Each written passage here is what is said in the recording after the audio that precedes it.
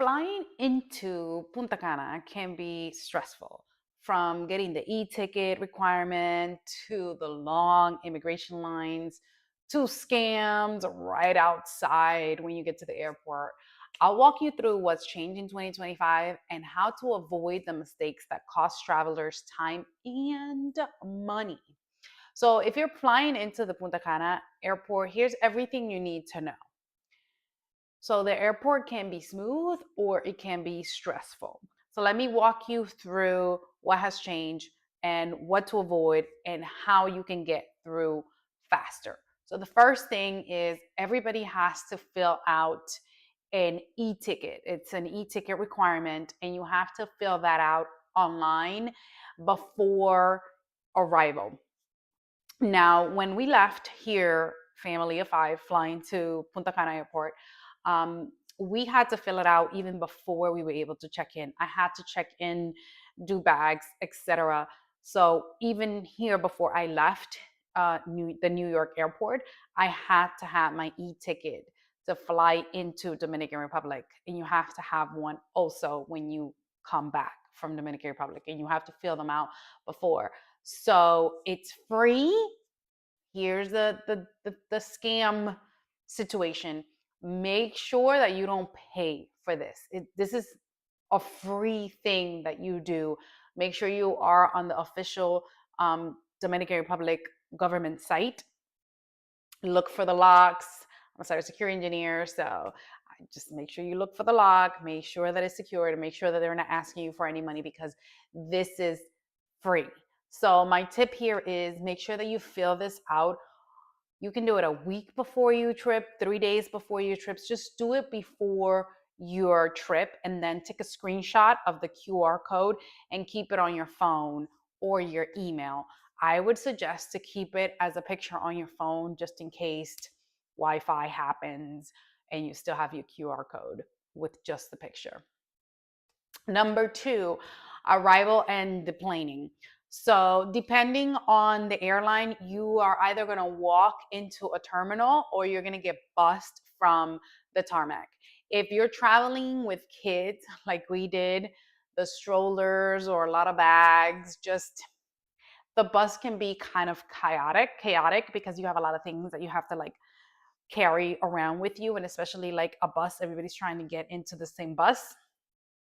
So here the quick tip is to pack light on your carry-ons so that you can like put a backpack on, and like I have a stroller that collapses that even goes on top of the in the carry-on. Like I can put it in the carry-on, like the little hook comes off and you can put it in the carry-on and you can just grab it, drag it like a carry-on and just pick it up. It's very light.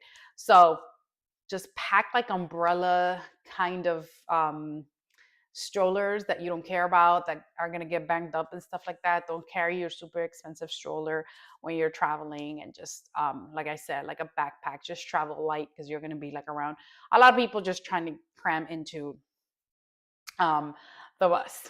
Now, once you get there, you're going to obviously go through immigration and customs. So usually in the mornings before noon, things are a little bit less crowded. In the afternoons, there's longer waits.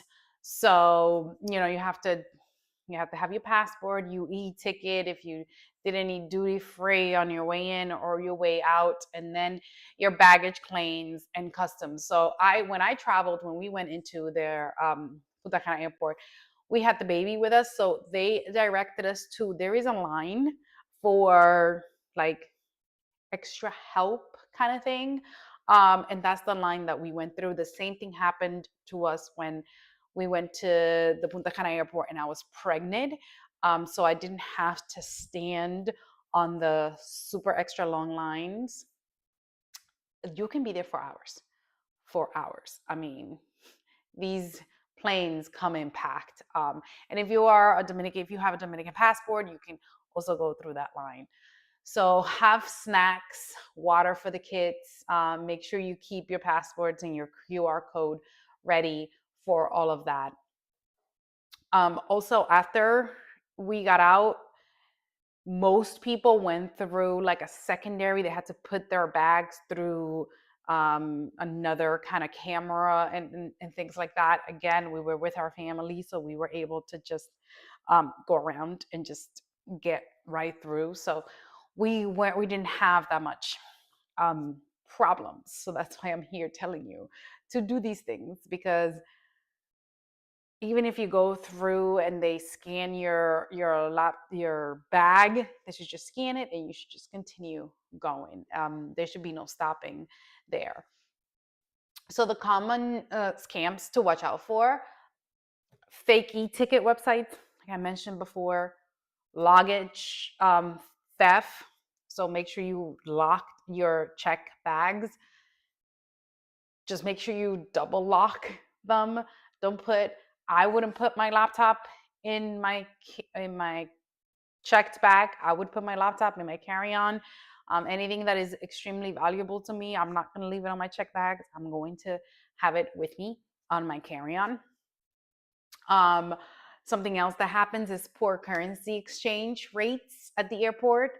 So if you're going to exchange money, watch out for that, because you can get a very, very bad exchange. I don't change money at the airport. I go with my family and I change money elsewhere. If I change money, I usually just use my card, because especially in Punta Cana, if I'm going to an all-inclusive resort, I'm not going to be spending a lot of money, right? And if I have to tip, I tip in cash, in dollars, not in pesos.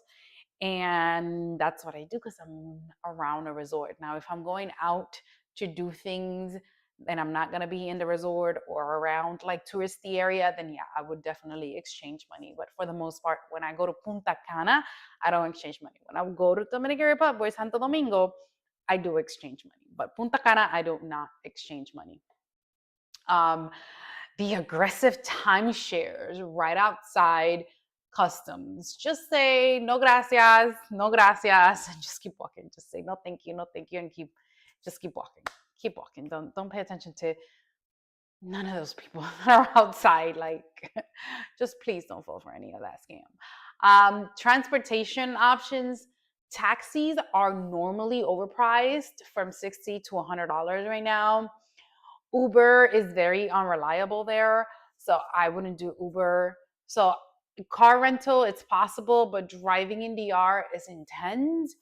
Punta Cana, not so much. Again, Santo Domingo, yes. Punta Cana, I think it's a little bit easier. Just watch out for some scams. So we have a credit card that offers us the option of car rental benefits. So I don't need insurance because I have insurance through my card and other things. So if you're gonna rent a car, just watch out for those little things, extra things that they try to sell you that you don't need. But the best option would be to book a private transfer ahead of time. It's smoother, it's safer, and it's not stressful.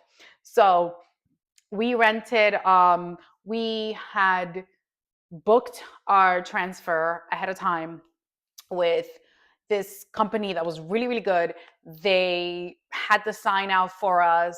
We came through. We saw all the people talking, everybody, taxi, taxi. Oh, you need me to take you here, there. We speak the language, so obviously we're Dominicans. We're like, no, gracias, gracias. And we just kept walking until we got to the person that was going to pick us up that had a sign. And it was a Subaru. It was very nice, very pleasing. The person had Wi-Fi on the car. It was great. We got to the airport, same thing on the way back, same person picked us up, no issues with transportation. So I would highly recommend to book a private transfer ahead of time and do not wait until you get there. So to wrap it up, the final tips: and do the e-ticket early. If possible, fly in before noon, book transfers ahead of time. Don't get stuck with scams. With prep, you can skip stress and starvation vibes like right away. So if you found this helpful, subscribe for more candid travel guides. And if you've been through Punta Cana recently, drop your tips and comments below. We went in June, July. If anything has changed between then and September, let me know in the comments below. Thanks.